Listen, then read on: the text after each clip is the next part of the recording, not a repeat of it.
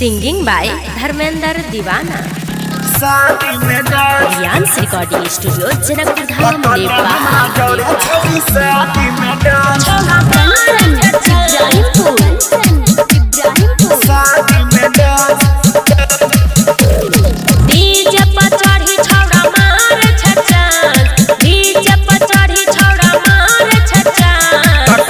हमरा जरे छौरी शादी में डांस कले हमरा जरे छौरी शादी में डांस सबके लगी हम छियर खा सबके लगी हम छियर खा कले हमरा जरे छौरी शादी में डांस कले हमरा जरे छौरी शादी में डांस भगवे की मार खेबे रे।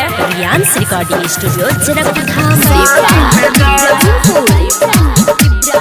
कले हमरा जरे छौरी शादी में डांस थोड़े ने थोड़े जब सैत गेलौगे अजब फीलिंग जाइग गेलौगे लास्ट में छोरे नहीं गे हाँ थोड़े में थोड़े जब सैत गेलौगे अजब फीलिंग तोड़ा जाइग गेलौगे मुझे तो मार खेबे नया युग के लगी हम छिया डबा। अच्छा नया युग के लगी हम छिया डबा।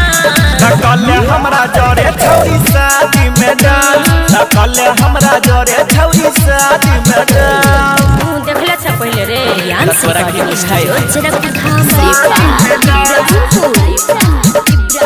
कले हमरा जरे छौरी शादी में डांस गायक धर्मेंद्र दीवाना छौ यार लाल बाबू संगे कोई लेना प्यार पहिले मुंह देख के यार